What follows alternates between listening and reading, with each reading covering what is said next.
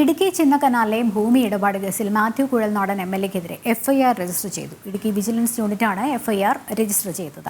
കേസിൽ 16-ാമത്തെ പ്രതിയാണ് Mathew Kuzhalnadan. FIR Muvattupuzha vigilance കോടതിയിൽ സമർപ്പിക്കും. വിവരങ്ങളുമായി സുബിൻ തോമസ് ചേരുന്നുണ്ട്. സുബിൻ, FIR രജിസ്റ്റർ ചെയ്ത സാഹചര്യം, കൂടുതൽ വിവരങ്ങൾ എന്തൊക്കെയാണ്?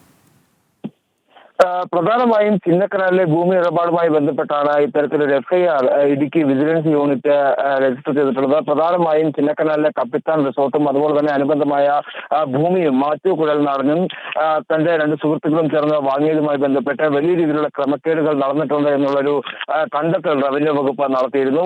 അനധികൃതമായ ഭൂമി കയ്യേറിയാണ് ഈ ഒരു റിസോർട്ടിന്റെ പല ഭാഗങ്ങളും നിർമ്മിച്ചിട്ടുള്ളതെന്നും ഭൂമി കയ്യേറിയിട്ടുള്ളതുമായിരുന്നു കണ്ടെത്തൽ. അതായത് മിച്ചഭൂമി കയ്യേറ്റം നടത്തി എന്നുള്ളതാണ് റവന്യൂ വകുപ്പ് പ്രധാനമായും കണ്ടെത്തിയിരുന്നത്. ഇതിന്റെ അടിസ്ഥാനത്തിൽ ഇവിടെ നടത്തിയ പരിശോധനകളിൽ ഇതിൽ വസ്തുതയുണ്ട് എന്ന് കണ്ടെത്തുകയും ചെയ്തിരുന്നു. ഇതിന്റെ അടിസ്ഥാനത്തിലാണ് നിലവിൽ ഇപ്പോൾ വിജിലൻസ് ഇത്തരത്തിൽ പുതിയൊരു FIR രജിസ്റ്റർ. പ്രധാനമായും ഈ ഒരു സ്ഥലം വാങ്ങുമ്പോൾ ഇത്തരത്തിൽ അനധികൃതമായ ക്രമക്കേടുകൾ ഉണ്ട് എന്ന് അറിഞ്ഞുകൊണ്ടാണ് മാത്യു കുഴൽനാടൻ ഈ ഭൂമി വാങ്ങിയത് എന്നാണ് വിജിലൻസിന്റെ ഒരു കണ്ടെത്തൽ. അതിനെ തുടർന്നാണ് ഈ ഒരു അതിലൂന്നിയാണ് ഈ ഒരു കേസ് രജിസ്റ്റർ ചെയ്തിട്ടുള്ളത്. പ്രധാനമായും ഇത്തരത്തിൽ ഈ ഒരു ആരോപണങ്ങൾ ഉണ്ടായപ്പോൾ എല്ലാം തന്നെ മാത്യു കുഴൽനാടന്റെ വാദം എന്നുള്ളത് താൻ ഈ സ്ഥലം വാങ്ങുക മാത്രമാണ് ചെയ്തത്. ഇതിൽ ഈ ഒരു കയ്യേറ്റം നടന്നിട്ടുണ്ടോ അല്ലെങ്കിൽ കയ്യേറ്റം നടത്തിയാണോ നിർമ്മാണം നടത്തിയിരിക്കുന്നത് എന്നുള്ള കാര്യങ്ങളൊന്നും തനിക്കറിയില്ല. ഏതെങ്കിലും തരത്തിൽ കയ്യേറ്റം നടന്നിട്ടുണ്ടെങ്കിൽ ആ ഭൂമി കൂടുതലായിട്ടുണ്ടെങ്കിൽ അത് തിരിച്ചു കൊടുക്കാൻ തയ്യാറാണ് എന്നാണ് മാത്യു കുഴൽനാടൻ പറഞ്ഞിരുന്നത്. പക്ഷേ വിജിലൻസ് കണ്ടെത്തിയിട്ടുള്ളത് മാത്യു കുഴൽനാടന്റെ പൂർണ്ണ അറിവോട് കൂടിയാണ്, അല്ലെങ്കിൽ ഇത്തരത്തിൽ ഈ ഒരു